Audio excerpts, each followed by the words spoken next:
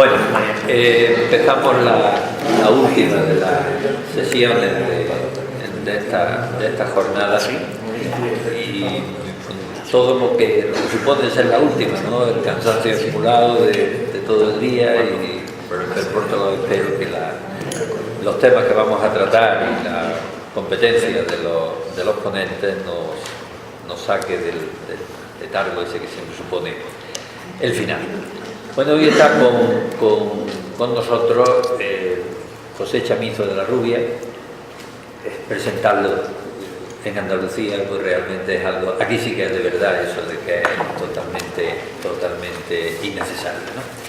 Solamente sí decir de él pues que licenciado en Historia por la Pontificia Gregoriana de Roma, de Historia Contemporánea por la Universidad de Granada, realmente gaditano de los barrios, toda su vida ha estado dirigido a los marginados, al tema de la drogodependencia y desde el año 1996 al 2013 pues fue defensor del pueblo andaluz.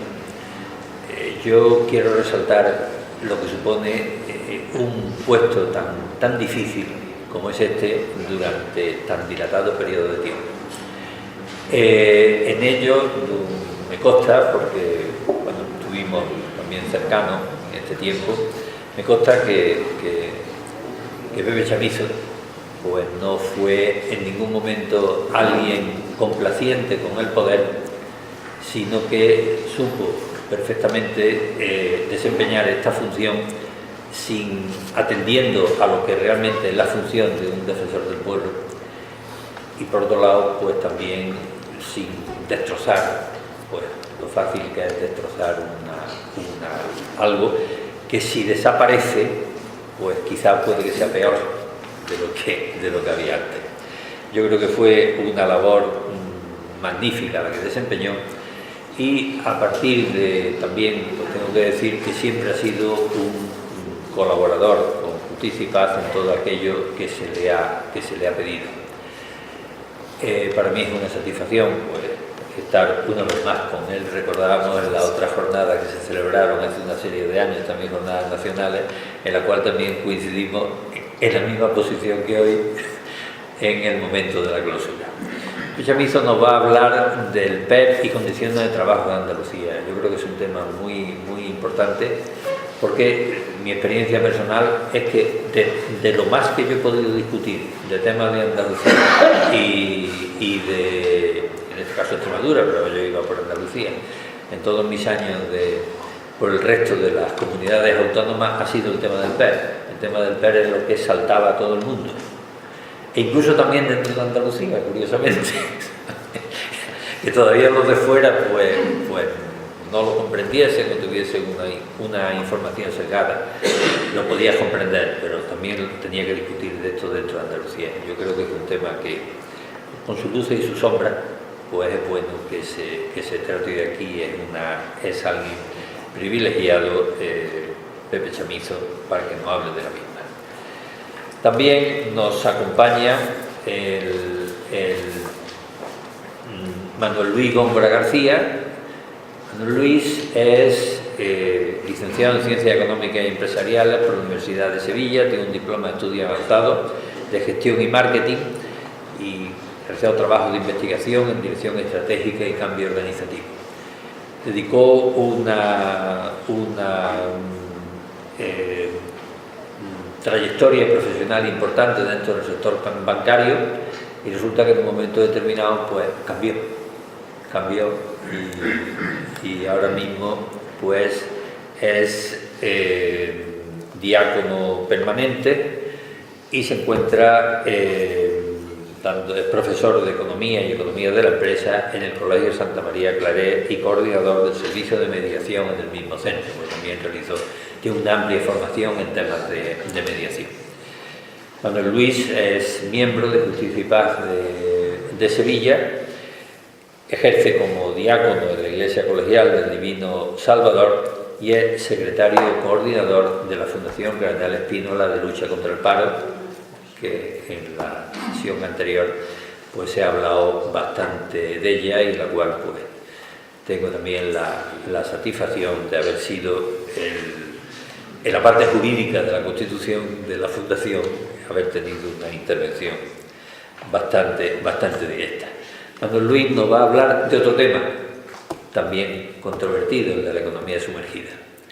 Es malo, hay gente que vive gracias a la misma, es malo si pasa de unos porcentajes quizá exagerados como estamos ahora mismo, y por otro lado, qué responsabilidad tenemos también nosotros por acudir y beneficiarse de la existencia de esta realidad en nuestra España y en nuestra Europa. Y por último, pues también nos acompaña José Antonio García González. También estudió Ciencias Económicas en Sevilla y después hizo un máster en Finanzas y Banca. Y pronto pues tuvo su dedicación en la colaboración al voluntariado en diversas asociaciones y actualmente trabaja en la Federación Provincial de Drogodependencia y Liberación. El tema que va a desarrollar es el trabajo y tercer sector. Otra vez estamos en lo mismo, otros temas controvertidos. Parece ser que si no tienes la gran, no sé, como no hemos hablado de cómo va a desarrollar su intervención, pero a mí se me sugiere que parece que si no tenemos gran industria, pues no tenemos nada, denostamos pues este llamado tercer sector, el sector servicios, y a lo mejor quizás es bueno también que reflexionemos sobre la misma. Pues estos son el panel, los temas que vamos a desarrollar. Yo tengo instrucciones de ser muy rígido con el tema del horario, ¿sabes? Disponemos de cada uno de los ponentes dispone de 20 minutos. Yo le avisaré cuando falten 5 y así dé tiempo para coger y poder desarrollar y haber un coloquio con los asistentes. Empieza ya porque tú no... Empieza, ya está bien. Muy buenas tardes.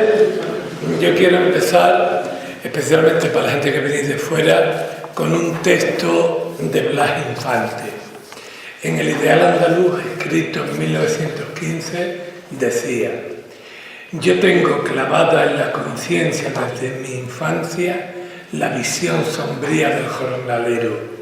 Yo le he visto pasear su hambre por las calles del pueblo, confundiendo su agonía con la agonía triste de las tardes invernales. He presenciado cómo son repartidos entre los vecinos acomodados para que éstos les otorguen una limosna de trabajo tan solo por fueros de caridad. Lo he contemplado en los cortijos, desarrollando una vida que se confunde con la de las bestias.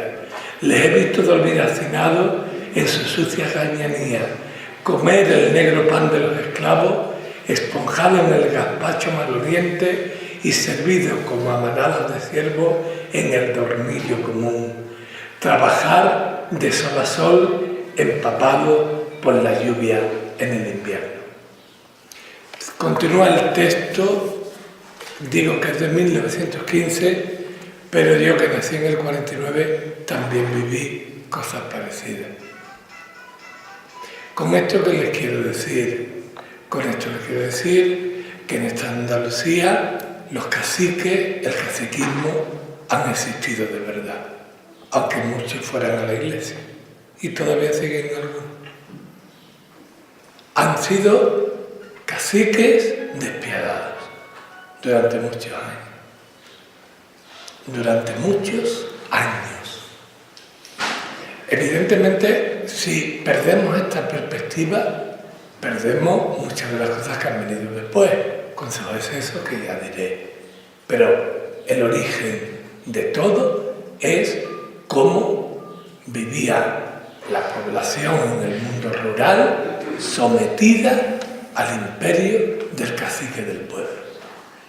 Atención, estas escenas que os he dicho, que relatan Blas Infante y que yo vi con mis propios ojos porque iba con mi padre, que era veterinario, a algunos cortijos, La he vuelto a ver en Almería no hace muchos años, en cruces de camino, cuando llegaba el del 4x4 y había un montón de trabajadores, decía, tú y tú, los demás nos necesitan.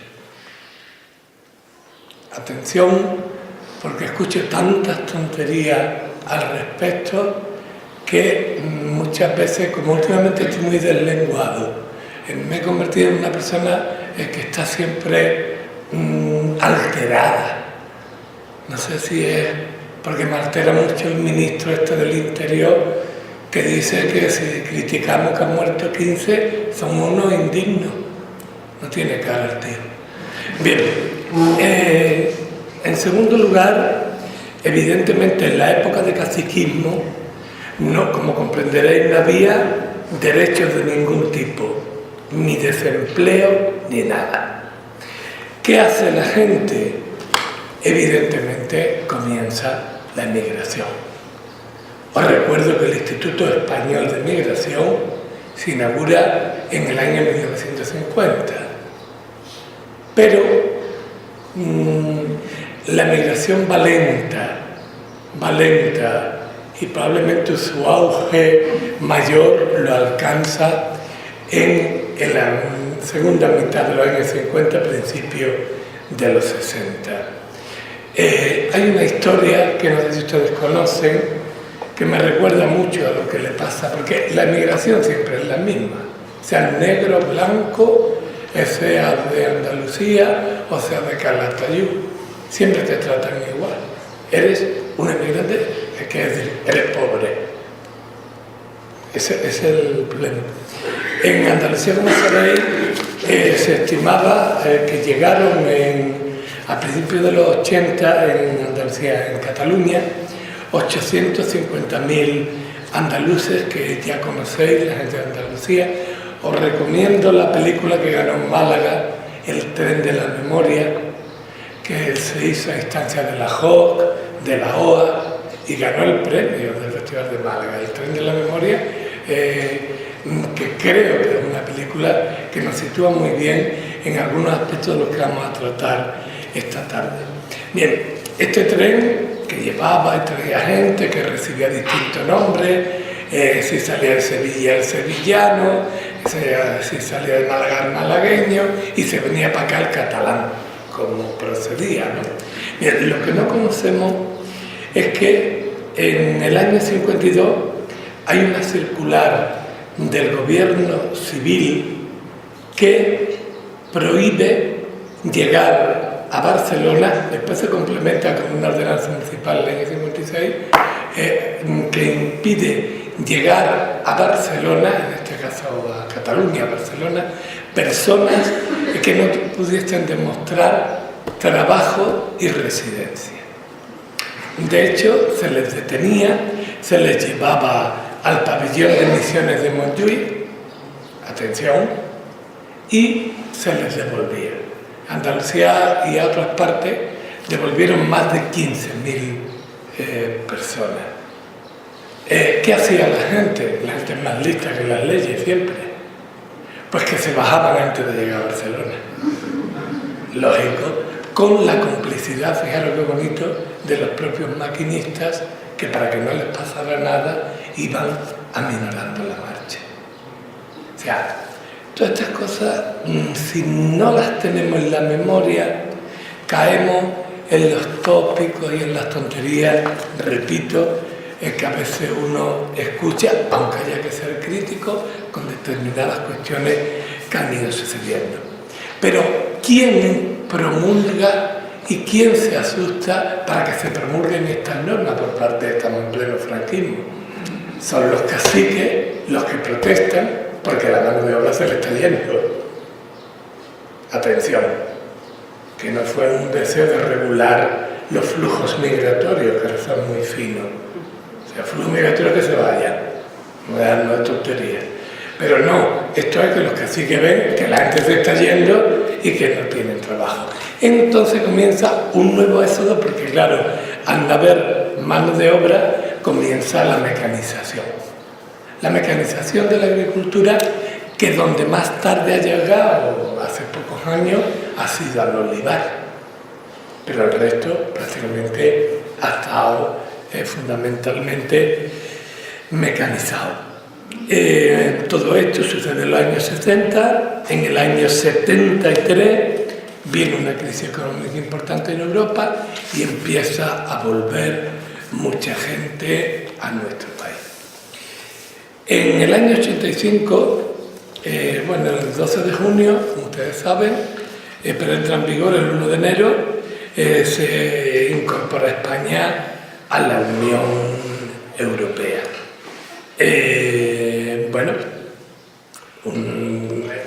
Previo a la incorporación, en el gobierno de Felipe González hay un movimiento sindical importante. Aquí hay un cura diamantino, hay comisiones obreras, OGT, hay un movimiento diciendo que qué pasa aquí, que muchos documentos, pero que el campo está igual.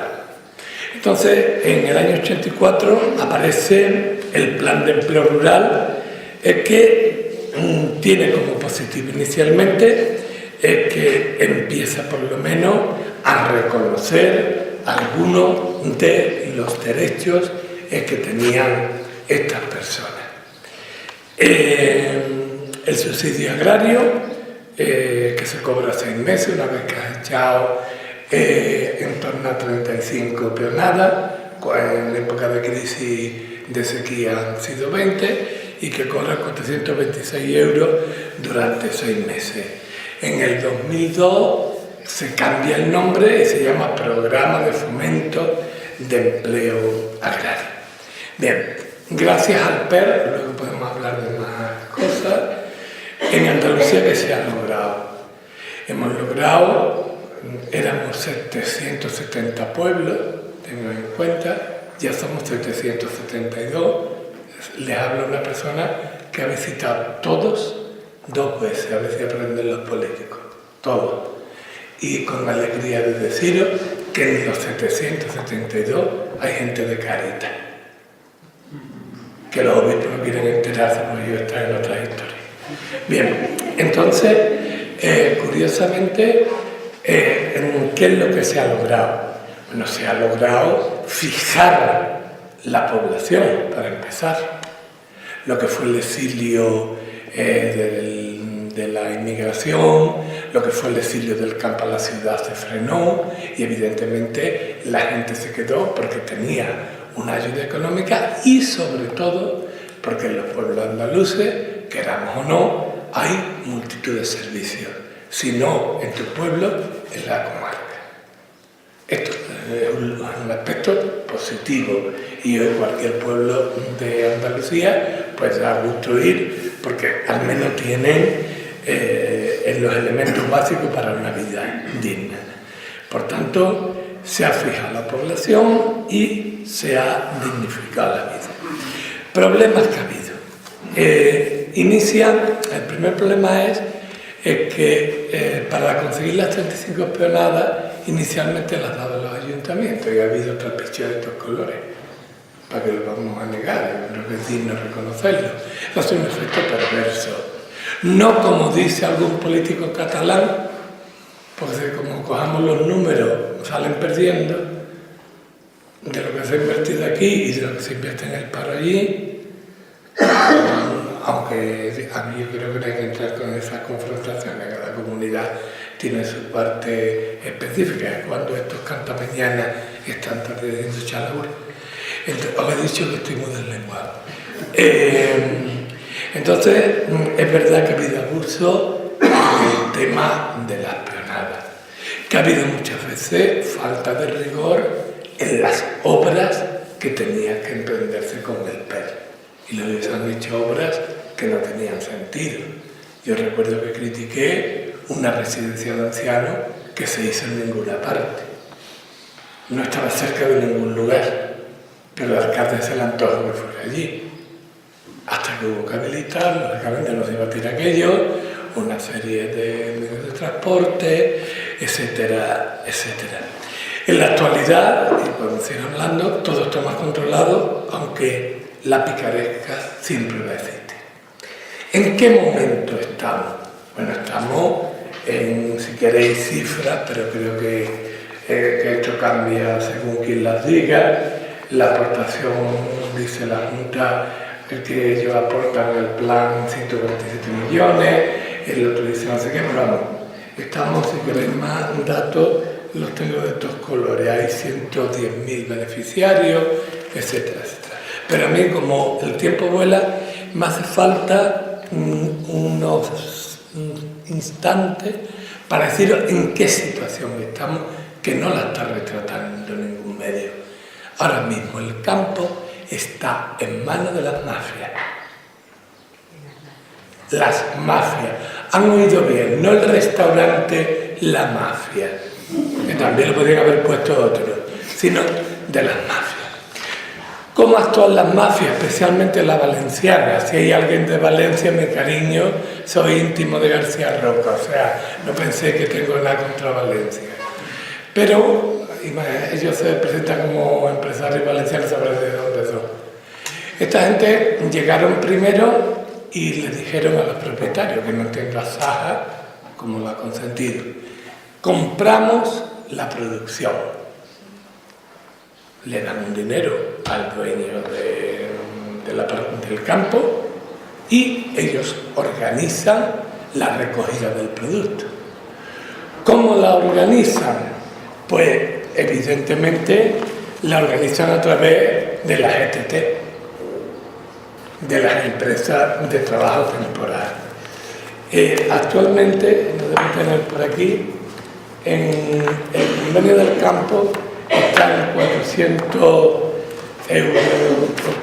40 euros y pico, creo que estaba. Bien,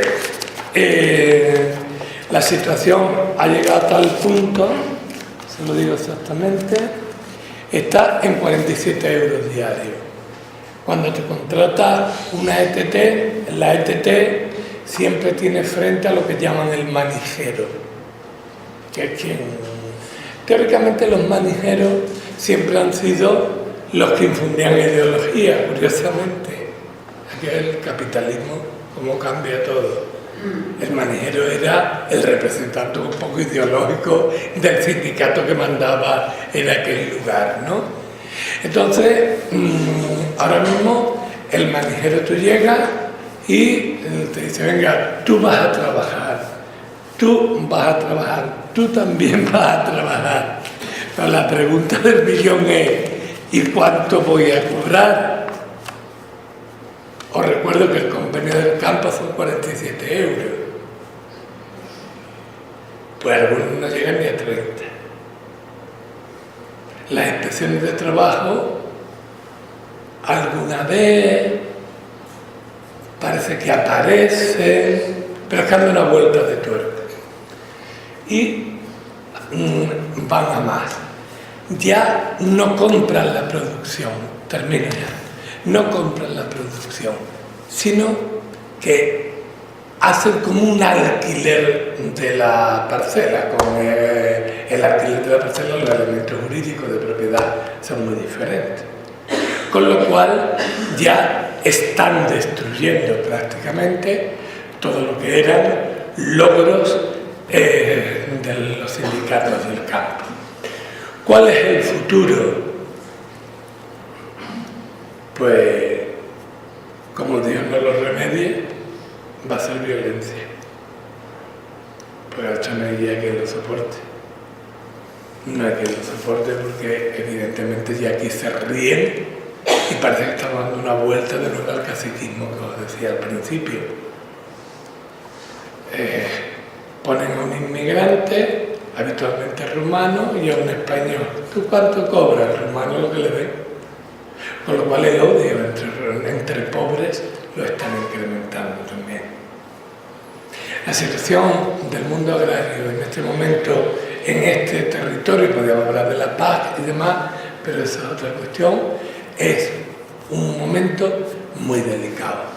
La gente, ¿verdad?, está cobrando en muchos casos o bien el subsidio agrario, bien la renta agraria, que la renta agraria es una cosa a extinguir, es prácticamente lo mismo, con condiciones distintas que no tengo tiempo de desarrollar, pero me da la impresión de que la situación es muy delicada y hasta que no haya un estallido de violencia, pues, como ocurre siempre, no se buscará una solución.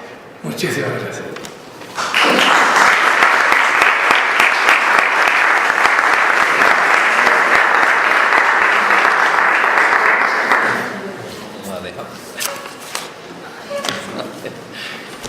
Bien, pues, gracias. Tiene la palabra Luis. Manuel Luis. Si digo Luis. Manuel Luis Longa. Pues buenas tardes a todos.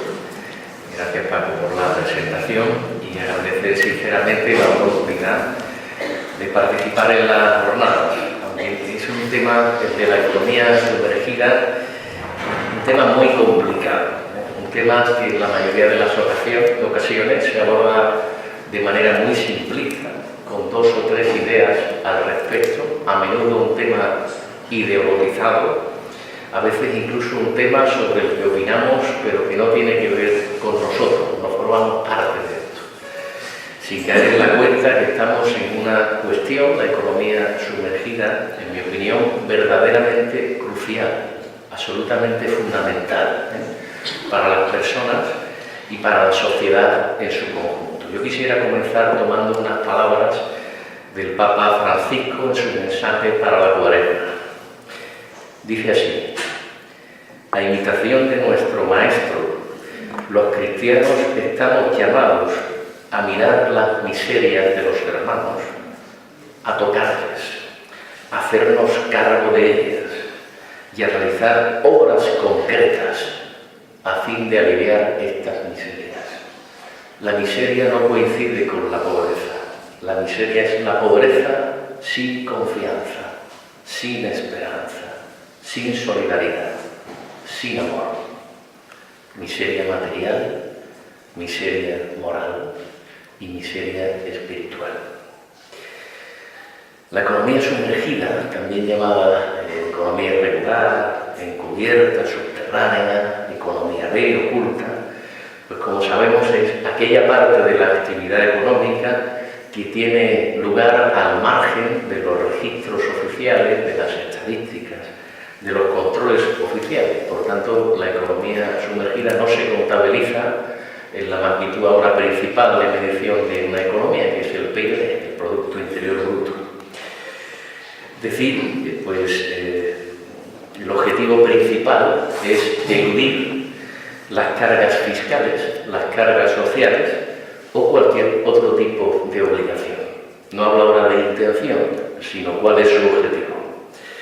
Según pues, un reciente informe hace apenas un mes del Sindicato de Técnicos del Ministerio de Hacienda, de Gesta, pues la economía B alcanzó en 2012 253.000 millones de euros, que es prácticamente un cuarto, el 25% de todo lo que produce nuestro país, habiendo crecido 60.000 euros desde más o menos el año que estalla la crisis, aunque se sabía mucho antes, del 2008, un ritmo de crecimiento de unos 15.000 millones de euros al año. Estas cifras están muy lejos de esta realidad en Alemania o en Francia o en el Reino Unido, donde las tasas estimadas de economía sumergida pues no son del 25%, son del 13%, del 11%, del 10%, y nos posicionan muy cerca de Italia, de Grecia, de Portugal, líderes en la opacidad fiscal, y también muy cerca de los países, de muchos países del este que nos superan en este tema, ¿no? Estos 253.000 millones de euros, que es una cifra bestial, pues escapan al control de Hacienda, de la Seguridad Social, y muestra una falta de eficiencia de Hacienda en este tema. La cuestión que se plantea sería la siguiente: esto es que no se puede abordar el problema, que sería una cuestión, o la otra cuestión es que no se quiere abordar el problema. Y aunque más adelante pues trataremos con más profundidad estas posibles causas, en una primera valoración de partida, quizá pues la subida de impuestos, la enorme corrupción y el alza del desempleo pues puedan ser los factores desencadenantes de este aumento espectacular que he comentado antes de la economía sumergida durante la crisis. ¿Cuáles son las prácticas más habituales de economía sumergida? Pues, en primer lugar, el desarrollo de una actividad económica no declarada sin contar con la autorización administrativa o licencia correspondiente. Declarar ingresos inferiores a los reales. Por ejemplo, el ocultamiento sistemático de ventas o de atención en profesionales liberales, médicos, dentistas, arquitectos, trabajos en B simultánea con la percepción de subsidios, empresarios que aprovechan la situación dramática de desempleo para eludir el pago de impuestos y de las cuotas de la seguridad social, para no tener que cumplir la normativa legal que afecta al desarrollo de su actividad y a los derechos de los trabajadores.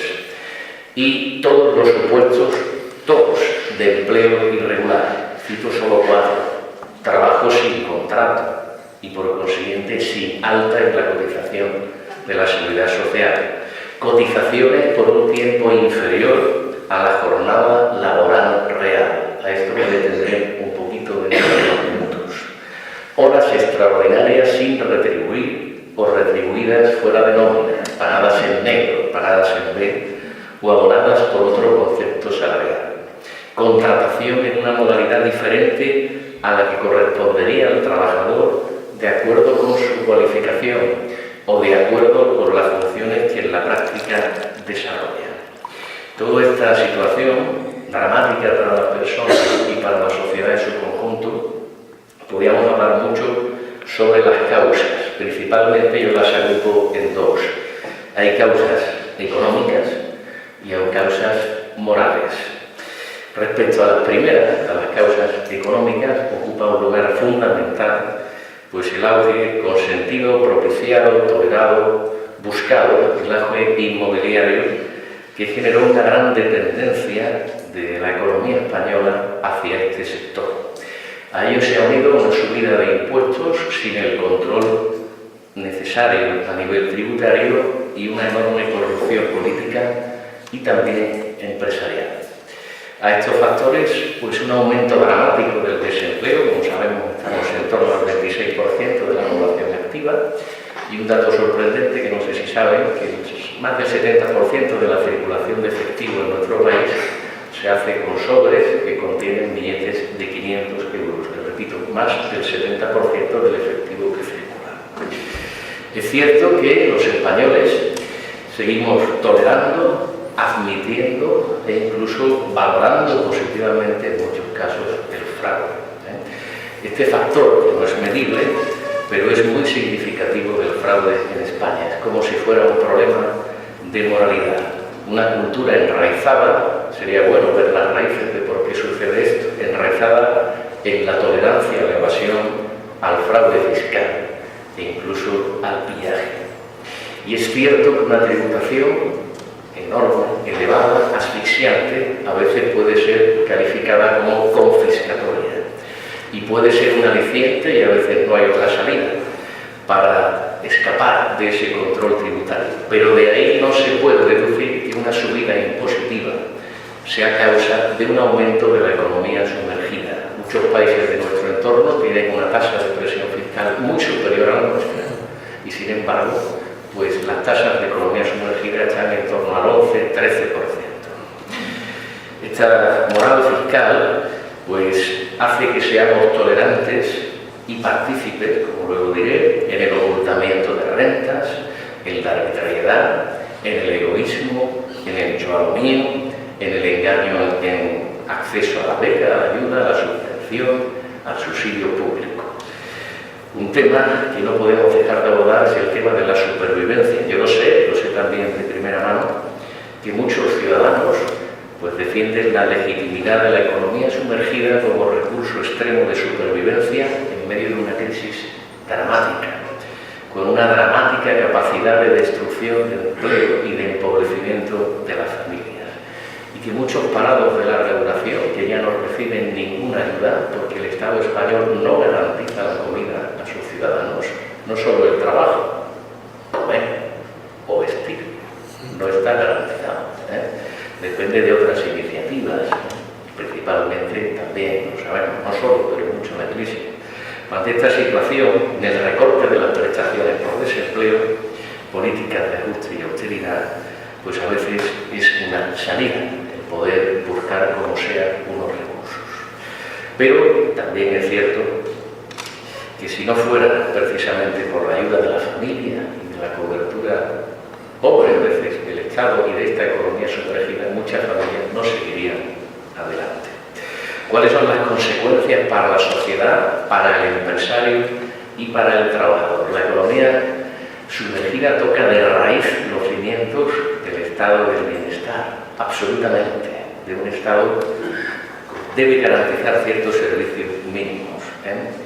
Cualquier estado basa precisamente la cobertura de unos servicios mínimos en la existencia de un modelo solidario y redistributivo de la renta y la riqueza, redistributivo de la renta y la riqueza, que atienda la atención sanitaria para todos, las prestaciones por desempleo, la jubilación, y esto se realiza a partir de los impuestos que pagamos y de las cotizaciones que hacemos. De ahí sale el dinero. Más adelante lo diré, pero el Estado no paga nada a nadie, ni los políticos pagan nada a nadie. No sale de ahí el dinero, sale de los ciudadanos. No me paga nada a mí el Estado. En todo caso lo administra el dinero que otros ciudadanos dan y contribuyen. Estas actividades que de la economía sumergida decían que eran 253.000 millones de euros prácticamente, pues suponen una pérdida de recaudación entre 60 y 80.000 millones de euros. Para que nos hagamos una idea, sería como el 70% de todo el gasto sanitario de España, aproximadamente.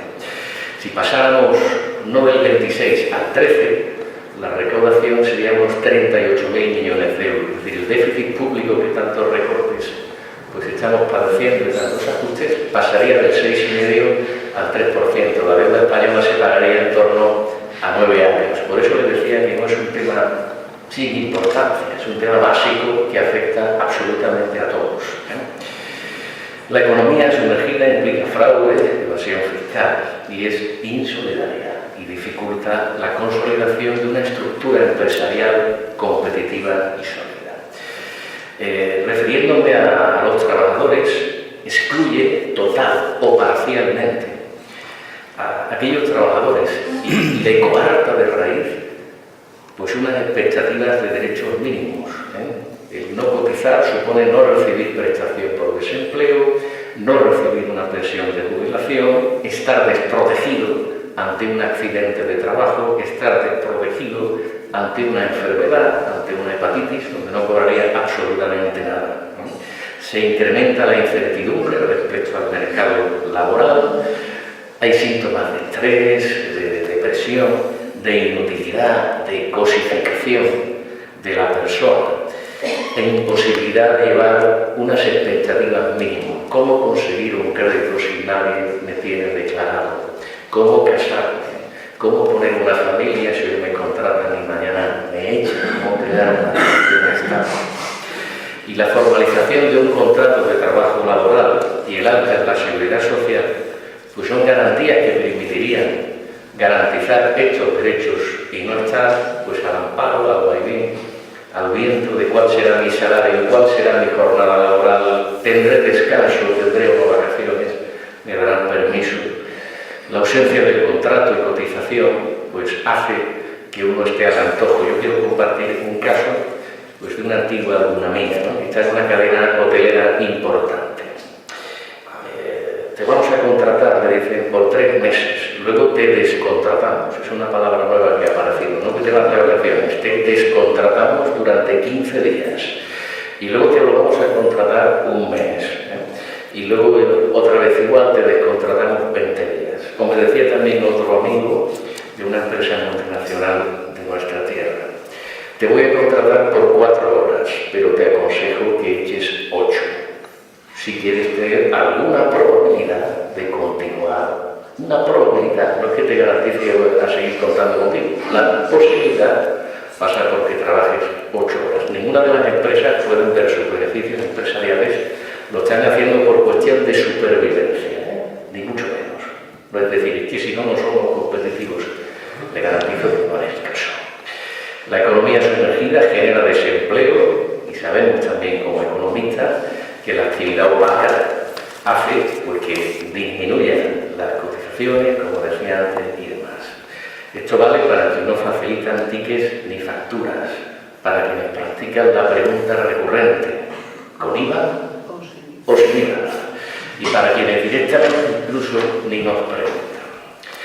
Y actúan estos operadores expulsando a quien del mercado, a quienes actúan en la legalidad, a veces condenando a la persona a entrar también en esta evasión fiscal. Y en el fondo hay una perversión, en mi opinión, de principios morales y de valores públicos, o que no se quiere hacer nada, o que se mira para otro lado. Yo quisiera terminar en estos 5 minutos, pues, algunas reflexiones y preguntas. La primera, no se defrauda al Estado, lo decía. No se defrauda al Estado, se defrauda a los conciudadanos. La necesaria solidaridad y equidad de todo sistema impositivo es la garantía de los servicios comunes.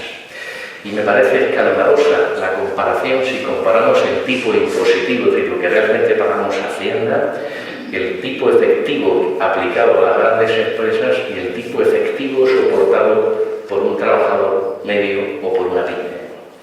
Y no es una situación ideal. El tipo efectivo de una pyme, es decir, del tanto por ciento de los beneficios que paga es en torno al 20%, el tipo nominal es el 25%. Las grandes empresas, el tipo nominal es el 30%, el tipo efectivo está en torno al 10 o el 12%. Un trabajador medio pues, paga aproximadamente en torno al 20%, a lo que habría que pagar pues un 5% más o 6% en torno a las cotizaciones. Un sistema se basa, cualquier sistema tributario, en al menos igual rendimiento, igual tipo. Es decir, aquí vemos una paradoja absolutamente escandalosa, ¿no? Este con IVA o sin IVA, en tiempos de Cuaresma, me gustaría invitarles a si somos causantes y cómplices de tanta injusticia, consumidores cómplices. Yo no quiero IVA, no necesito factura. ¿Con quién nos alineamos cuando decimos esto? ¿Preferimos alinearnos con la mentira? ¿O preferimos alienarnos y mirar para el otro lado? ¿No? Y bueno, o yo lo mismo, compro sin preguntar de dónde procede la mercancía, si procede de, si se chorrea sangre de esclavitud infantil, o si es una explotación laboral, no me preocupo de quién trabaja allí, ¿no? ¿Para qué? La mayor parte de la economía sumergida, es verdad que se da en el servicio doméstico, es verdad que se da en otras situaciones de enorme abuso, pero sobre todo es en las grandes corporaciones, grandes empresas, entidades financieras, muchas con obras sociales, verdadero enmascaramiento del funcionamiento interno de las empresas que se aprovechan de la crisis. Y no se trata de supervivencia, repito. Empleados con jornadas reales de 10 a 12 horas, amenazados, presionados al límite. Y debemos saber que cada hora extraordinaria exigida y no pagada, no declarada, es un fraude con consecuencias para todos. ¿Dónde están los inspectores? ¿Dónde los representantes sindicales? ¿Por qué no visitan las oficinas por las tardes y por las noches? ¿Por qué a nosotros nos da igual consumir algo o mantener un depósito en una entidad con actitudes laborales moralmente inaceptables y generadoras de injusticia? Nos pronunciamos ante los abusos de los subsidios, a veces triples ingresos. Por supuesto, tengamos comprensión en determinados casos donde no hay otra salida, pero no caigamos en la justificación de un sistema que paradójicamente beneficia a los que más pueden.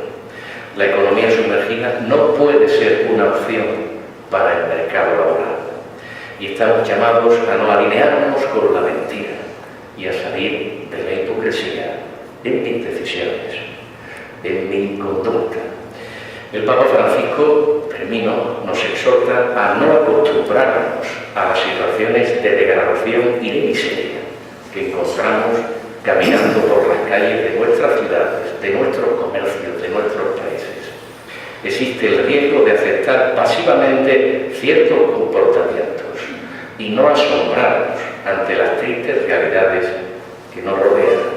Nos acostumbramos a la violencia, nos acostumbramos al fraude, nos acostumbramos a que vengan aquí unos refugiados en busca de libertad, sin dignidad, y no acogerlos como se refiere. Nos acostumbramos a casi todo, hasta dejar de lado a Dios. Dice el Papa Francisco, habituarse a comportamientos no cristianos, no morales y de comodidad nos narcotiza el corazón. Muchas gracias a todos.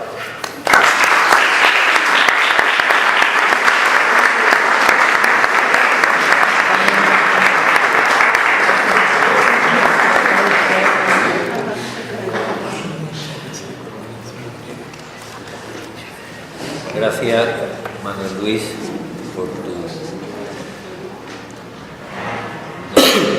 no sé cómo calificarlo, pero indudablemente planteamiento que es una llamada también, lógicamente, a decir, a que nos convenzamos de que no todo depende de lo que otros hagan, sino también nuestra propia responsabilidad.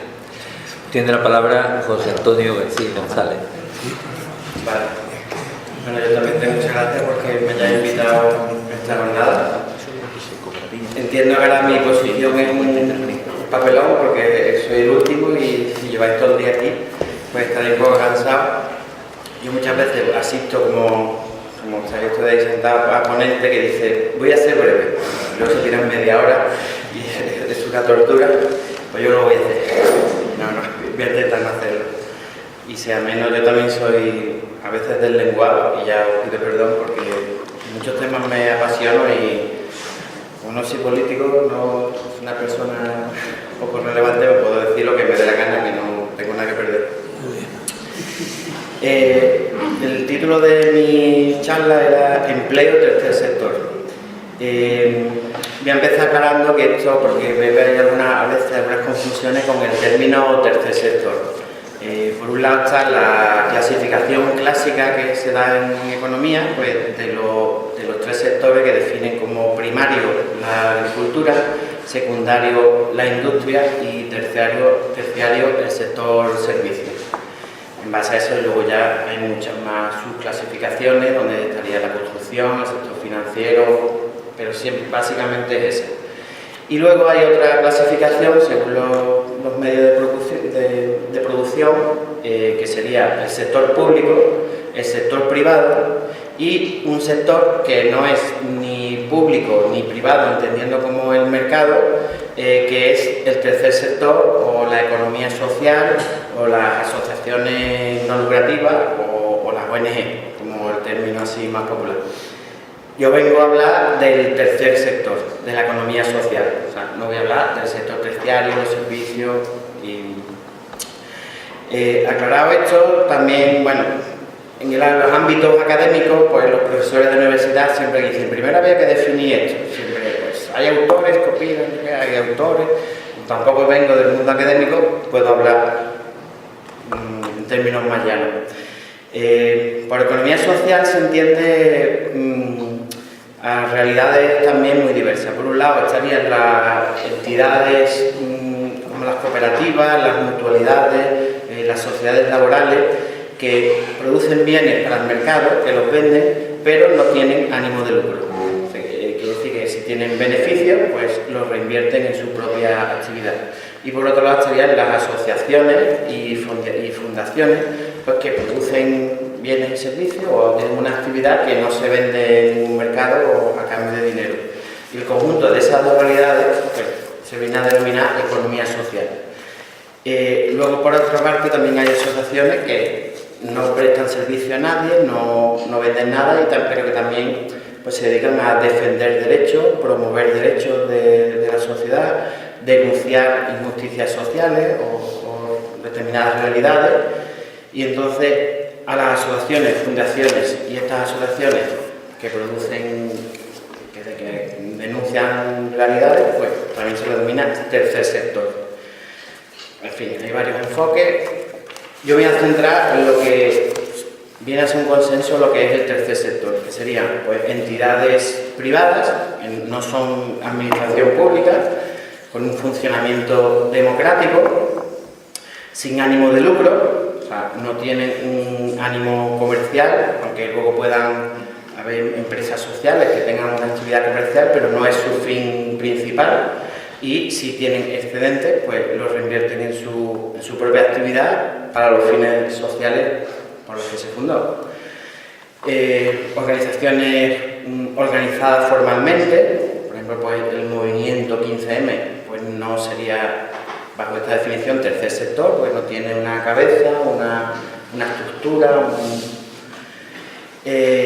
son entidades autónomas y con participación voluntaria. Pues esta participación voluntaria es quizás el factor más importante porque es lo que une en definitiva que haya gente que a una realidad, a una injusticia o cualquier situación, pues que haya que provoque que haya personas que se unan para hablar y creen una asociación para el fin social que sea.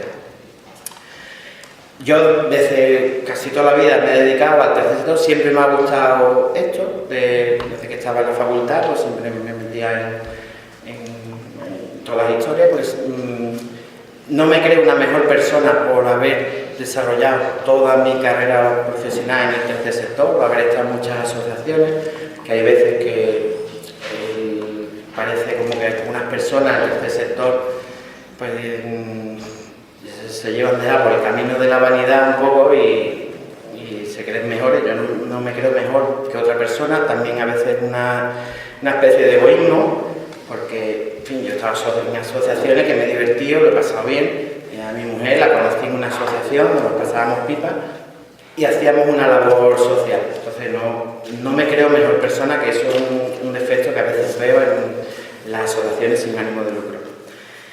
En este tercer sector también están las fundaciones y claro, hay ya terrenos fronterizos que no se sabe muy bien porque hay fundaciones, empresas que crean fundaciones, o la Fundación Carrefour, o la Fundación FAE, o la Fundación, en fin, hay fundaciones que entrarían dentro del tercer sector, pero en una zona ahí fronteriza que se podría discutir mucho. Bueno. El tercer sector es actualmente uno de los pilares de nuestro Estado de Derecho, el Estado de Bienestar que actualmente todavía nos queda. Hace de puente entre el Estado y la sociedad civil, pues detectando necesidades sociales, ofreciendo respuestas y desarrollando un marco de participación social. Tiene una función social porque satisface necesidades que ni el sector público ni el mercado satisface. Tiene una función también económica porque desarrolla la economía social y tiene una función política o cívica porque contribuye al desarrollo democrático de una sociedad. En las reformas actuales que se están llevando a cabo, pues el tercer sector tiene mucho que decir porque aporta por la innovación social, aporta lucha contra la exclusión social, contra la pobreza y también desarrollo cívico.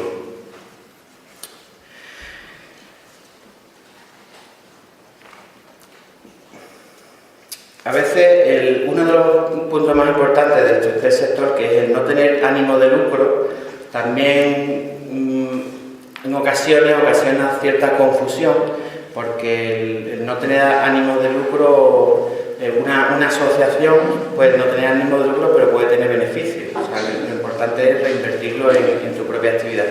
Pero lo que yo vengo observando en estos últimos años con tantísimo paro, que ya la definición teórica del tercer sector, pues en un país como Suiza, que tiene el 0% de desempleo, o el 1%, que eso es prácticamente cero, pues ahí sí cabe esa definición. Pero en España, con no sé por cuántos millones de parados van, ni sé la tasa de desempleo por dónde va, pero todos lo vemos a nuestro alrededor, ya el tener empleo se ha convertido ya en el ánimo de lucro.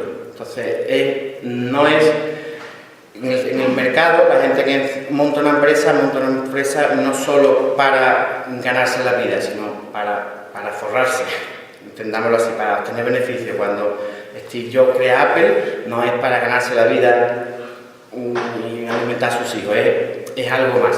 Entonces ahora veo que el ánimo de lucro, este concepto, tanto paro que está habiendo, está desvirtuando este concepto y ya a veces hay un ánimo nuevo, que es el ánimo de ganarse la vida. Entonces observo que mucha gente crea asociaciones no en torno a una realidad social, no en torno a la teoría que he dicho antes, sino porque tienen que ganarse la vida y voy a montar una asociación. Observo que como soy economista y llevo muchas cosas de gestión, pues a mí me preguntan y yo les respondo, los requisitos legales, las formas jurídicas, pero es una desvirtuación que está habiendo de este concepto. También veo otra disfuncionalidad con el tema de las subvenciones, pero bueno, el tema de las subvenciones lo voy a dejar un poquito más tarde.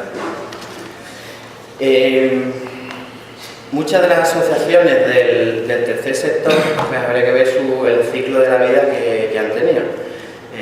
Casi todas las asociaciones que hay ahora mismo en España pues han surgido después de la transición, en los años 90 casi todas, o a finales de los 80, y todas más o menos yo creo que se podrían agrupar en una vida común. Pues primero hay una problemática, por ejemplo el de la drogodependencia, que José Chamizo conoce bastante mejor que yo. Hay un problema, en los años 80, pues la heroína, los jóvenes con la jeringuilla por las calles, eso crea una alarma social. En aquellos tiempos era el tercer problema, según las encuestas del CID, la tercera preocupación de la sociedad, la droga. Entonces se crean una serie de asociaciones creadas por ciudadanos que en principio se reúnen en un bar y empiezan a organizarse, a hacer cosas, vamos a hacer esto, no cede un local, y ante esa problemática se organizan, montan la asociación y luego crean la persona jurídica, las personas se implican y reciben una subvención. Entonces ya con la subvención pues se gana en profesionalización, se gana en medios, se atiende a estas personas, se consiguen muchas cosas positivas, pero también vienen muchos aspectos negativos con el tema de las subvenciones. Pues algunos de ellos, pues en algunos casos se pierde independencia, porque es inevitable cuando reciben una subvención. A veces se pierde frescura, la subvención conlleva una burocracia, hay que contratar a un administrativo, la asociación crece de estructura, se crean unos puestos de trabajo, esos puestos de trabajo luego es una persona que se casa, que tiene un hijo, si luego te quedas sin subvención, a ver qué haces con esa persona. Las juntas directivas de esas asociaciones pueden ser madres con hijos en prisión, que no tienen conocimiento de cómo gestionar recursos humanos ni estas historias. Entonces ya son los problemas asociados a las subvenciones. Respecto a la dependencia económica del sector público, daré algunos datos.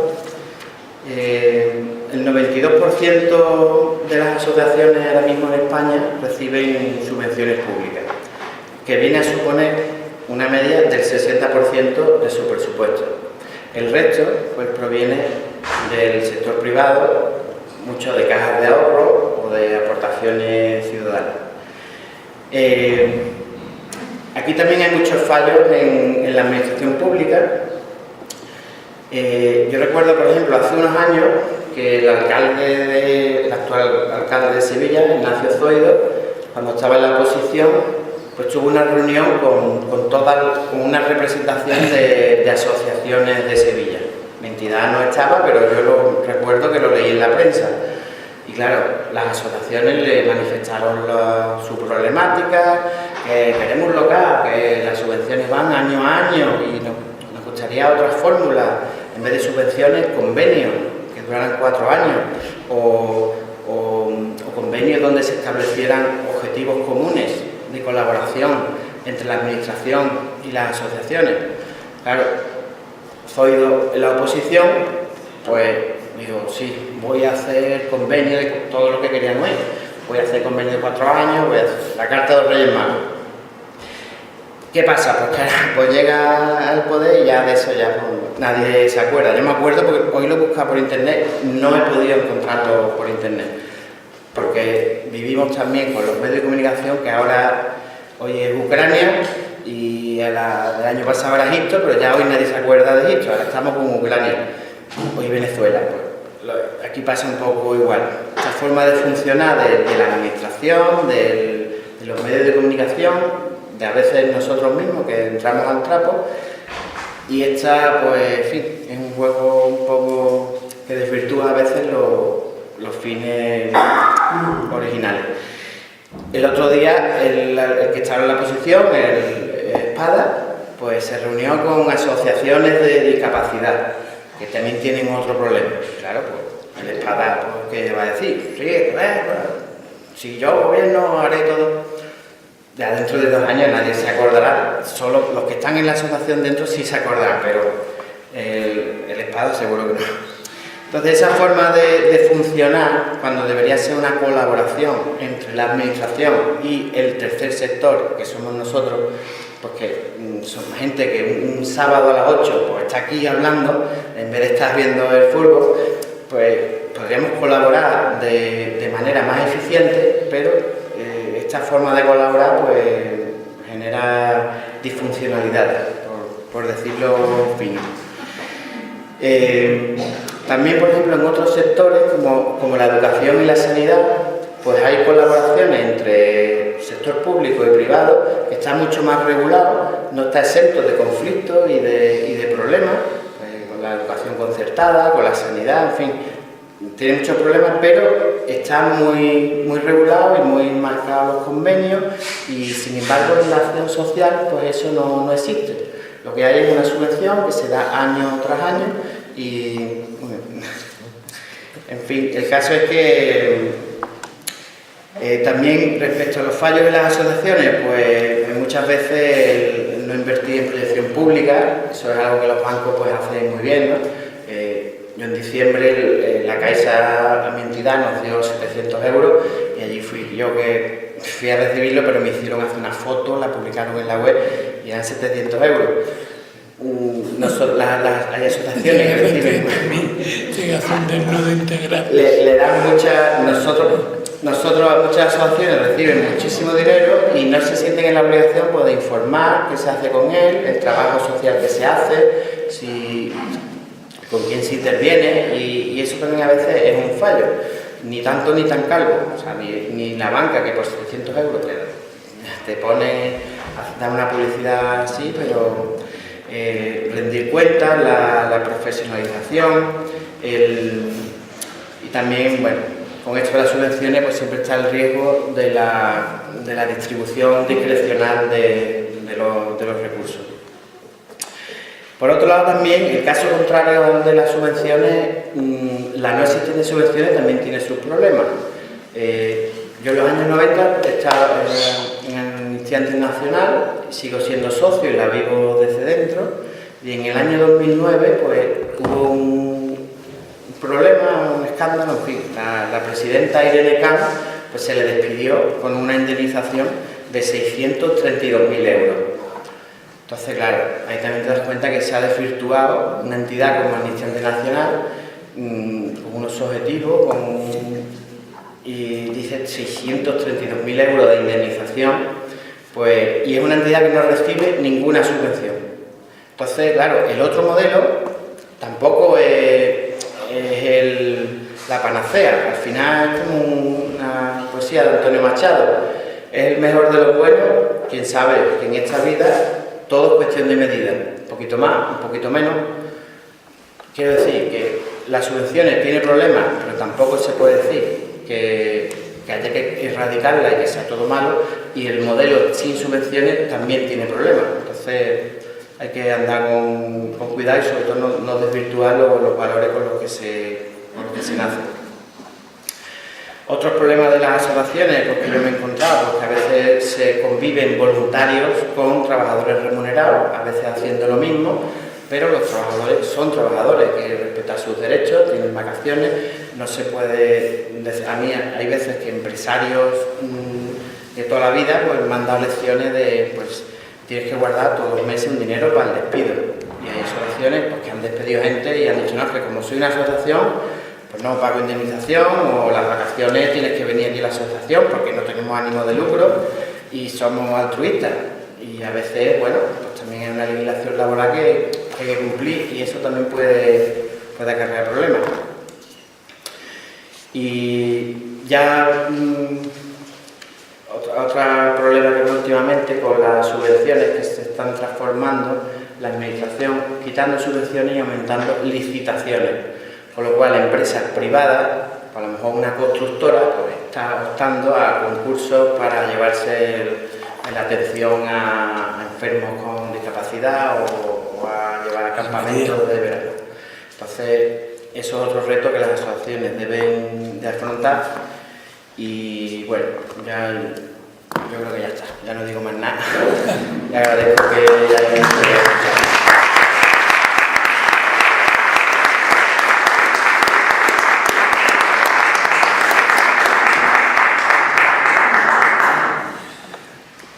Bueno, muy bien. Después de la intervención de los ponentes, ahora llega su protagonismo. Aclaraciones, reflexiones.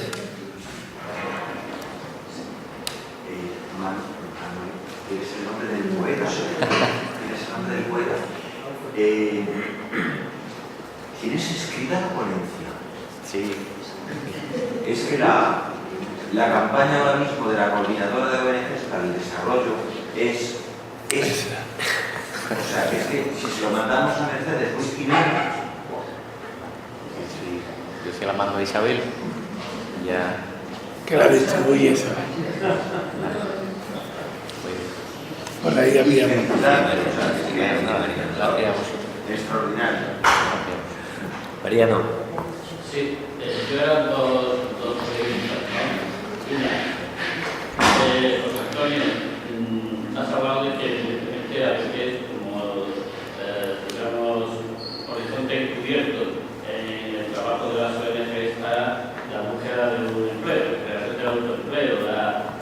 Entonces, ¿en qué medida este momento de crisis que estamos viviendo está en alguna medida atentando a esa, digamos, todavía más si cabe, esa intencionalidad un tanto rara del que crea una ONG, y en qué medida está, digamos, enrareciendo lo que es la dignidad, el nivel de empleo de los profesionales que, evidentemente, como bien ha dicho, también trabajan en las ONG, ¿no? Y por otra parte, al señor Samito, me gustaría preguntarle, en definitiva, el PER, que yo lo entiendo evidentemente como un gesto de solidaridad impuesto por un modelo productivo, y que evidentemente tiene sus sombras porque hay quien abusa de él, pero no creo que lo pasa con todo. Pero en definitiva, entendemos que el PER viene a reforzar o disminuye la dignidad de ese trabajador andaluz que es el destinatario de esas medidas de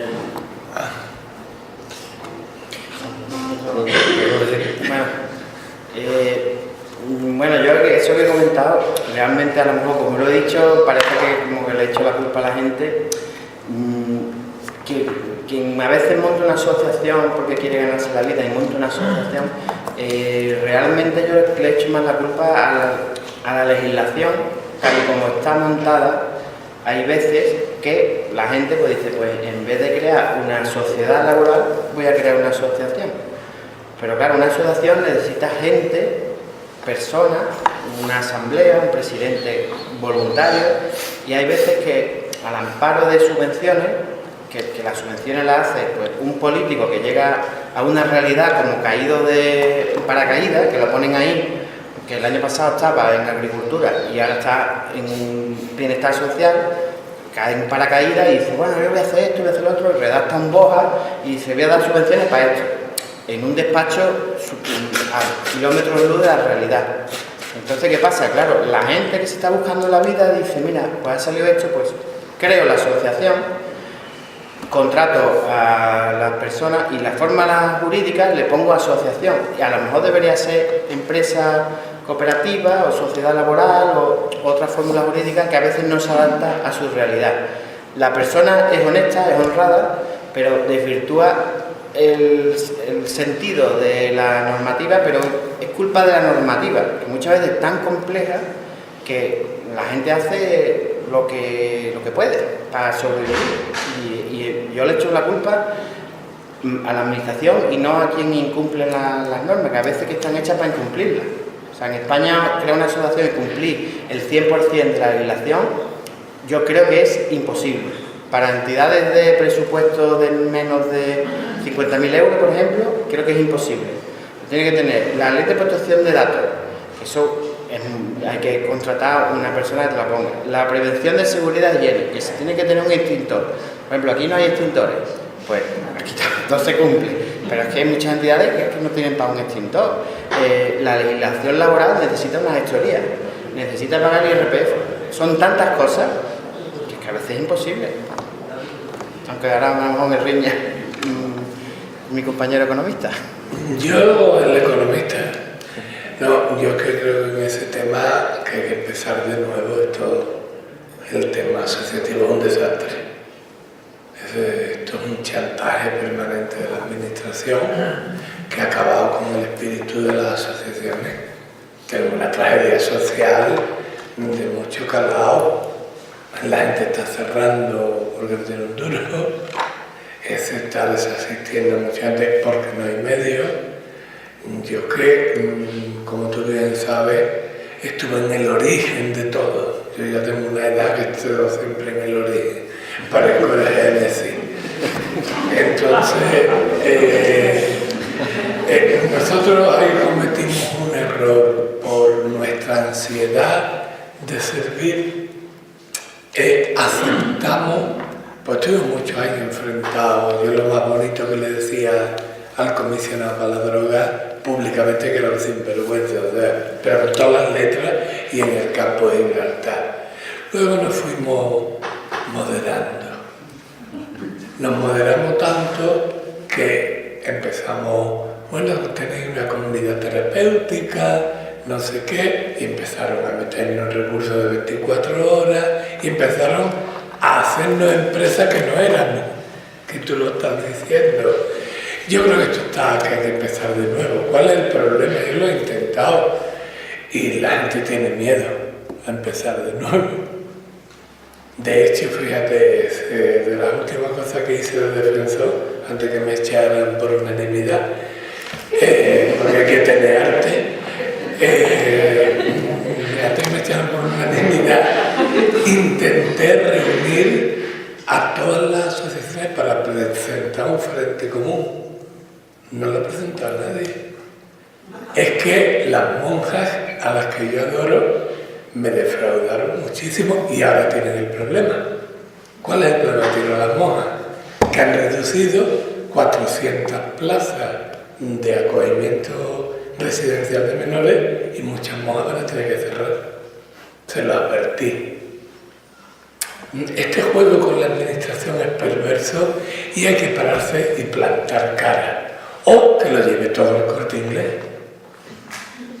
No reíros. Urbacer, que sabe que es una filial de la Destemenda de Madrid, Urbacer tuvo la desfachatez y la Junta de Andalucía de permitírselo, de presentar la licitación, has dicho tú antes, para un centro de paralíticos cerebrales en Almería.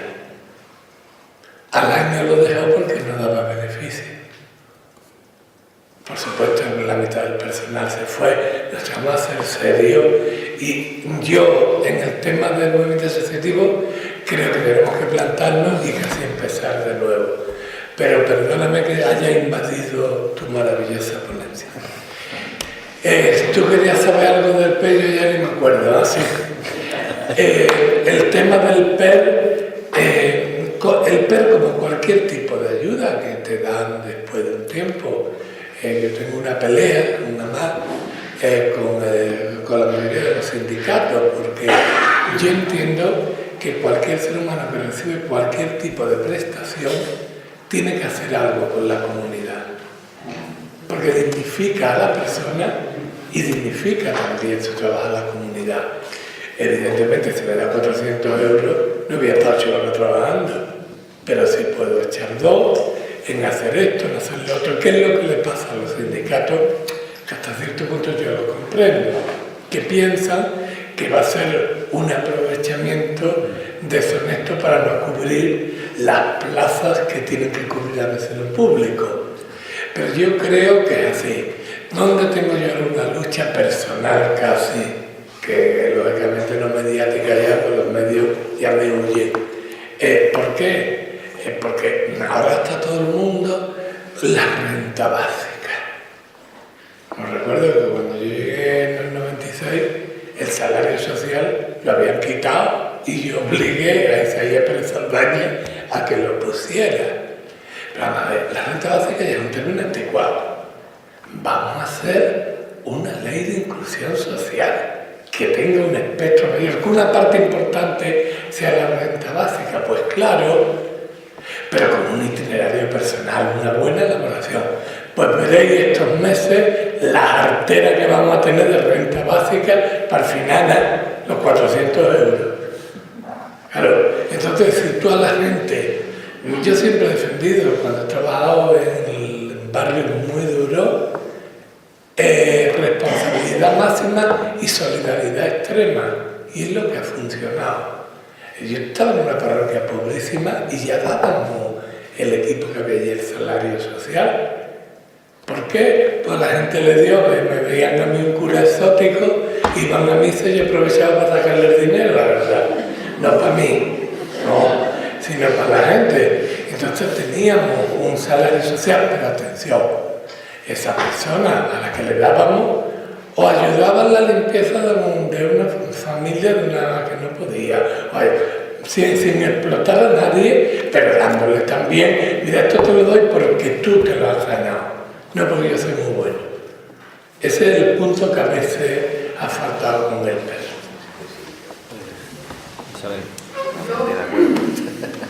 En una reflexión de la parábola del rico de Pulón, es lo que me parece que podríamos hacer con la economía sumergida. Es decir, el rico de Pulón está comiendo, está hartándose de comer, está el pobre de Lazo ahí con las migajas, y de pronto viene el médico que lo sabe todo y cuida la salud y quita la comida y dice, esto es malo para el colesterol. Por supuesto, beneficia al rico de Pulón, a lo mejor el pobre Lázaro que se estaba portando miserable ya se muere de todo, porque le han quitado las pocas migajas. Yo tengo la sensación de que ahora con la economía sumergida estamos haciendo algo, estamos poniendo, no tú, por supuesto, sino socialmente el énfasis en el que viene y te hace una chapuza y no te cobra nada, y lo estamos poniendo al mismo nivel que las grandes empresas que son las verdaderas defraudadoras. Yo creo que nuestra insistencia, nuestra denuncia tiene que ir primero a tirar al más fuerte. Yo, por ejemplo, que soy un pueblo, y aprovecho también para decir, estoy totalmente de acuerdo con lo que acaba de decir sobre el PER y demás, soy un pueblo de la provincia de la Sierra de Cazorla, de la zona más deprimida de España, y efectivamente, estoy de acuerdo con lo que ha dicho, pero bueno, no voy a decir aquí. Pero realmente ahí es casi imposible conseguir que alguien te haga una factura. En las pocas obras que yo he hecho, hay una insistencia y me miran como loca diciendo, pero esta mujer que viene de aquí quiere pagar el IVA, pues que lo pague. Es prácticamente imposible. Pero en cambio no tengo ninguna, me peleo con la gente de mi pueblo para pagar el IVA, pero no tengo ningún movimiento de conciencia para que alguien que yo sé que está francamente mal y no son para darme una limona, le digo, ven que pintan en un salón y me pintan en el salón y ellos no lo declaran y yo tampoco. ¿Por qué no lo declaran? Porque son personas de 50 y tantos años que realmente están en una situación con los 400 euros porque tienen 3 hijos y que la mujer tampoco trabaja.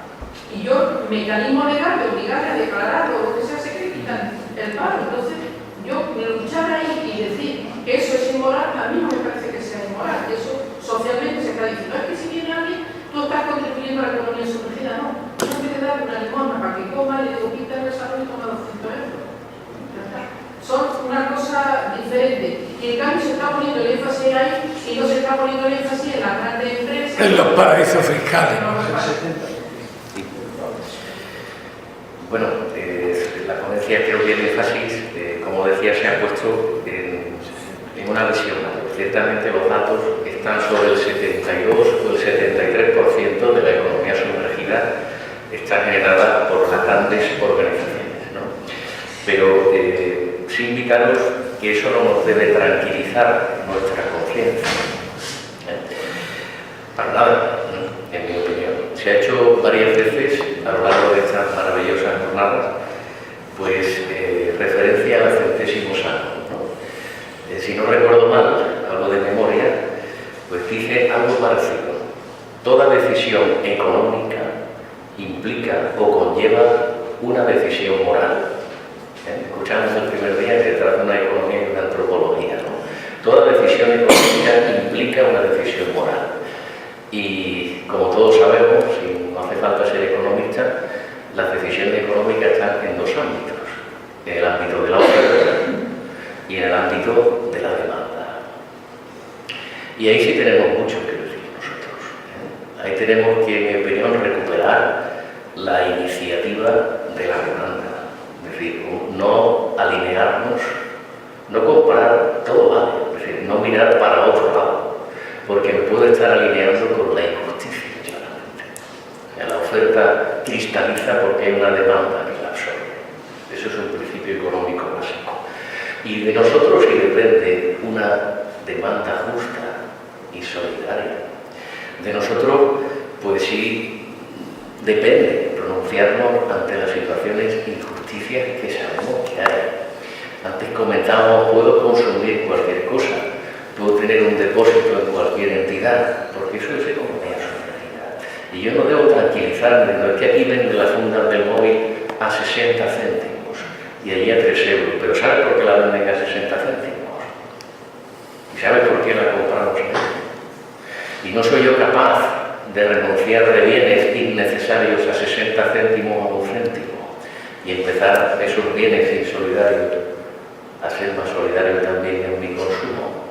Os hablo de un caso directo que estamos llevando en la fundación. Digo solo el nombre y no el apellido. Mamadou es un chaval de Camerún y quiere iniciarse en la venta ambulante. Y tenemos un problema, porque sus proveedores son economía sumergida. Y tenemos un problema, porque eso hace imposible que él se pueda devolver las compras que hace. Y entonces el efecto impositivo es mucho mayor. ¿Entendemos? Es un problema de los últimos. Y no puede competir este último. Y nosotros sí depende, vuelvo a decir, depende nuestra demanda, que sea justa y solidaria. Y formar nuestra conciencia al respecto. No me puede dar igual comprar en cualquier sitio. No me puede dar igual qué se hace con mis recursos. Yo sí tengo que decir. Y a lo mejor ahí, pues la oferta, aunque solo sea por egoísmo, puede empezar a cambiar. A mí me parece también que hay un principio básico de la doctrina social de la Iglesia, es uno de mis favoritos y de los más desconocidos, que es el principio de subsidiariedad. Y Sebastián hablaba esta tarde. Es decir, la sociedad civil tiene mucho que decir. Se nos ha metido, en mi opinión, una mentira importante en el corazón y en la mente: confundir lo público con lo estatal. Y son dos cosas distintas. Una cosa es el Estado, que tiene que hacer su función, pero otra cosa es lo público. Y lo público somos nosotros. Y siempre ha sido así.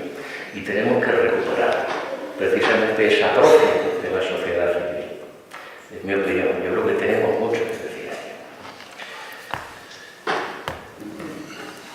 Sí, yo, bueno, en primer lugar decir que esta mesa, como todas las anteriores, está sin luz. Segundo, voy a centrarnos en algunas cosas, pero también en el tema este de la economía sumergida. Yo estoy básicamente de acuerdo con todo lo que ha dicho y discrepo un poco de lo que acabo de oír de Isabel. Hay que atacar todos los frentes, por supuesto, todos los frentes. Pero el tema de la economía sumergida y demás, le hace falta sobre todo mucha pedagogía. O sea, inspección y pedagogía. Creo que son dos elementos muy importantes.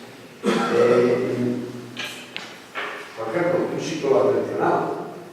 entre lo poco, entre el clásico pintor o fontanero, que siempre se pone el mismo ejemplo, el fontanero que iba, pero sin IVA, cuando tenemos que cobrar el IVA, no tiene mucho que decir.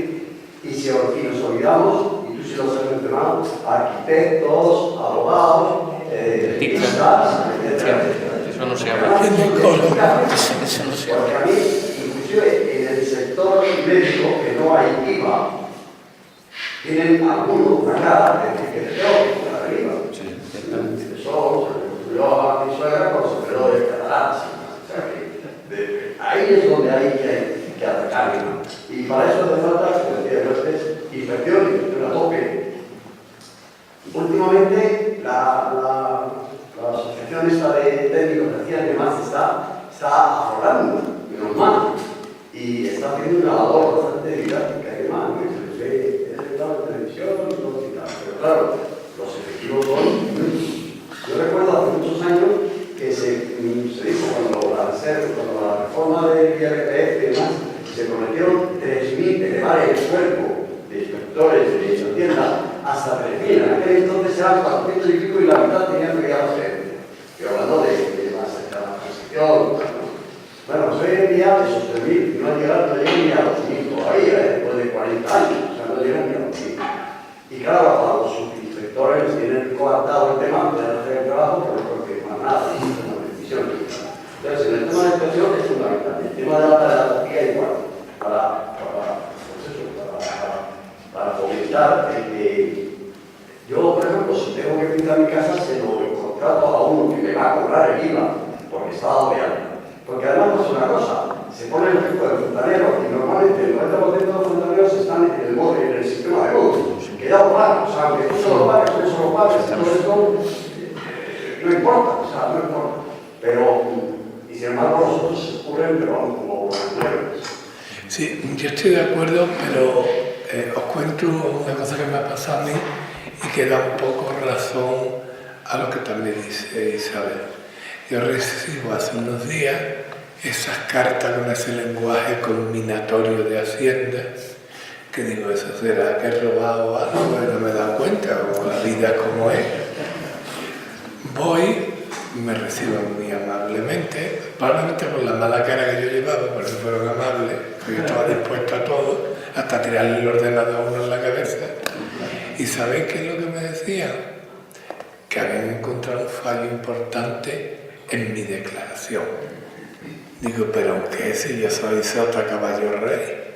No tengo, sí, no, el donativo que usted da a su parroquia. Perdonadme, si queréis dije que no me tocaran allí, no hace falta, porque hay tanto papa aquí, no voy a decir la palabra otra.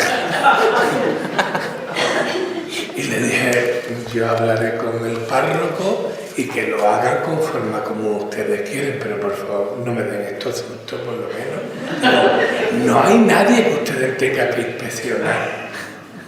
¿A qué me refiero? A que estoy de acuerdo contigo, con usted, pero también con Isabel, que es que muchas veces que empiezan por los pequeños y aquí los grandes se frotan las manos y las SICAP esas famosas no le mete nadie mano y todos los ricos tienen los dineros ahí. Entonces, claro, hacemos muy bien a nuestro nivel ser exigentes, pero no olvidemos el bosque, ¿vale? Al conciliario de Madrid, del municipio de Madrid, le ha pasado lo mismo. También. Pues dile que seremos hermanos, además del Señor, en Hacienda. Es que la parroquia no ha mandado la relación que tiene que mandar, seguro que en enero tiene que mandar una relación la parroquia y posiblemente sí, no la ha mandado. La parroquia se la ha olvidado.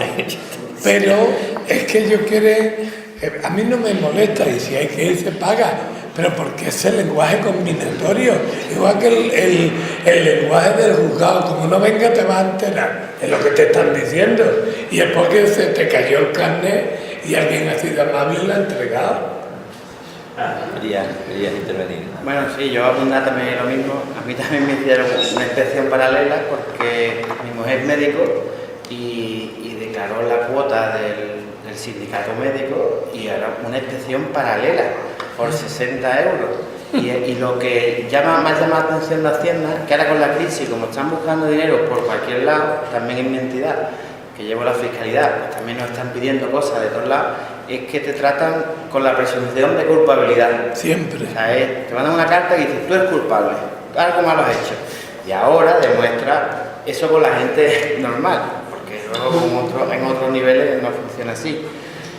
También yo lo que quería decir respecto a la economía sumergida es que realmente, ¿a quién beneficia la economía sumergida? Pues, beneficia al dueño de ese hotel que le dice a la camarera, trabaja 4 horas y te sugiero que trabajes 8. Cuanta más economía sumergida, hay un sector de la población que le viene bien.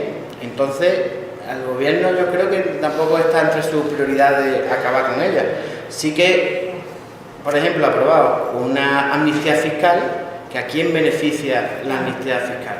Pues al fontanero no. A la parroquia. Al fontanero no. Entonces, tradicionalmente había una disputa entre liberales, socialdemócratas, comunistas, siempre había, según el acento, entre el papel del Estado. Pero aquí ya sinceramente, aquí no hay ni liberalismo, ni socialdemocracia, ni nada, que esto es ladrones que están apoderando de los recursos, sin vergüenza, directamente. ¿Para qué van a dar vueltas? Sin la más mínima... ¿Sabe quién habla hace tiempo? Está nervioso. Sin la más mínima ética, porque por ejemplo yo, desde una postura liberal, la economía sumergida es muy fácil de quitar. Para que ese fontanero entre en la economía real, pues ponle que quien gane menos de 10.000 euros al año, pues no pague el impuesto de autónomo. Por ejemplo, eso es liberal, que se le llena la boca con liberalismo. Bueno, pues ser liberal. O sea, quien gane menos de 15.000 euros, que no pague el autónomo. Es que ese fontanero tiene que pagar 300 euros, gane o no gane dinero. Es que los arquitectos, que hemos hablado como una clase así, pues los arquitectos, mis amigos arquitectos son pobres. Son pobres. O sea, ganan menos de 12.000 euros al año. Son arquitectos. Entonces, y ahora montan lo que pueden y tienen que pagar, ganen o no ganen, 300 euros. Pues ser liberal, no soy liberal, ser liberal y pon una tarifa plana, me paga 50 euros. Pero no lo hacen porque la economía sumergida precisamente viene bien a esas empresas, grandes empresas. Isabel quería. Yo voy a insistir brevemente con otro ejemplo. Yo creo que nosotros tenemos claro que robar no es ético con nosotros. Papa Francisco ha dicho el otro día que le quitó la cruz a un sacerdote que estaba moribundo, que se había muerto y le quitía, a confesar que le había robado. O sea, que yo creo que a veces los grandes principios en la cosa práctica, y yo vuelvo a decir lo mismo, por insistir, y estoy en contra, insisto, me he peleado con gente de mi pueblo por pagar el IVA. Pero si yo le doy 100 euros, y no voy a poner el ejemplo de Cinto, a una señora todos los meses para que coma, soy muy buena.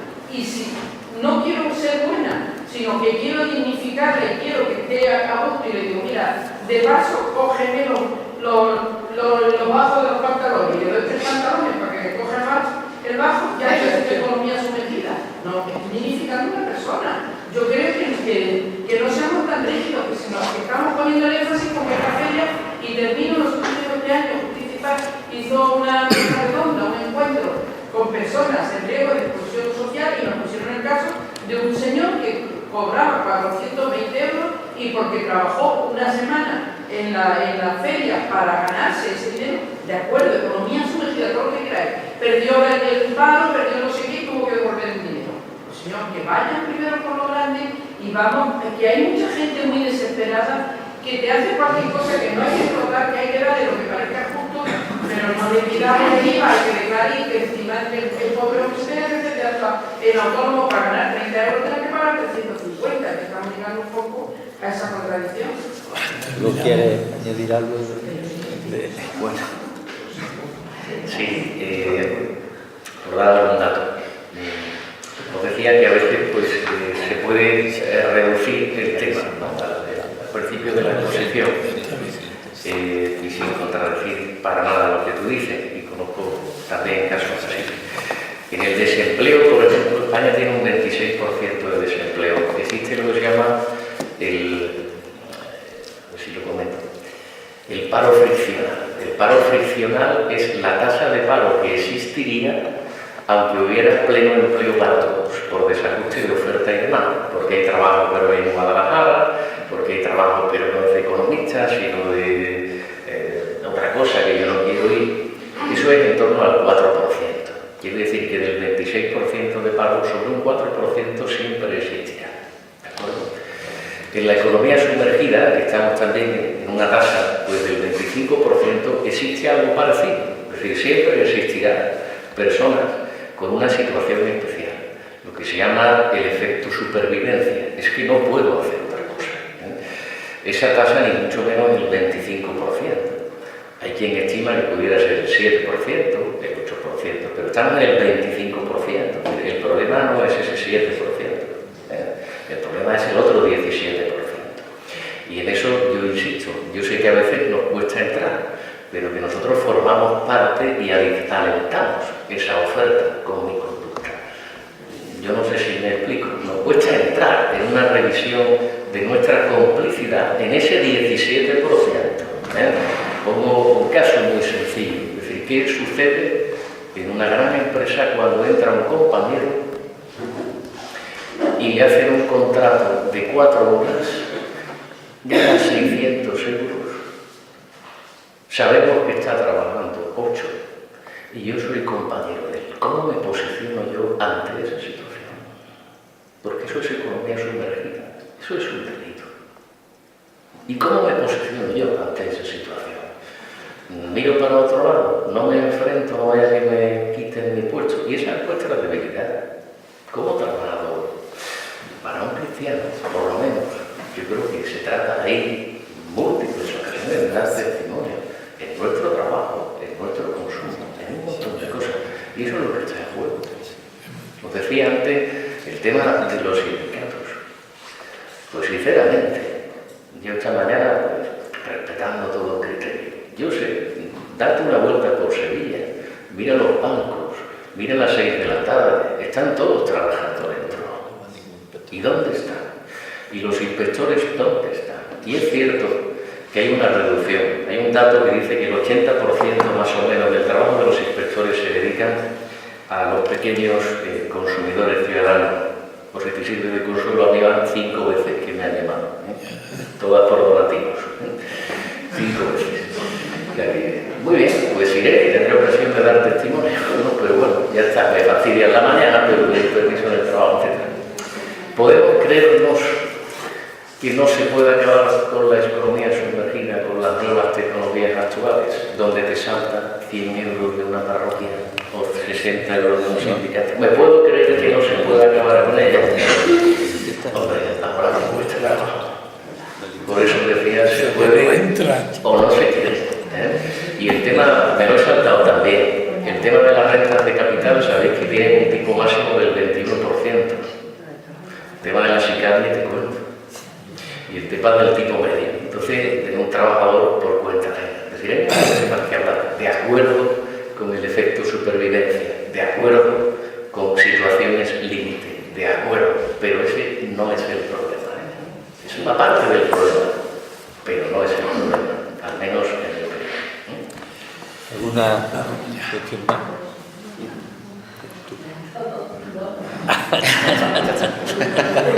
Bueno, entonces, atendiendo a la petición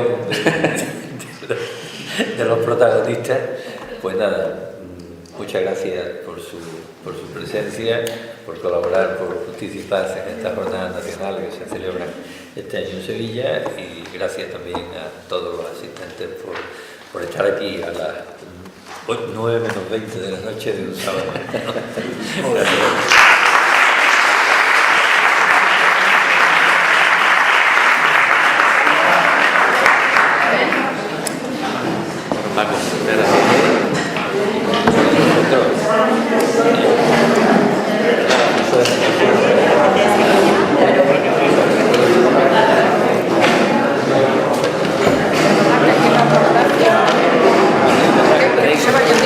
Oye, por favor, un momento.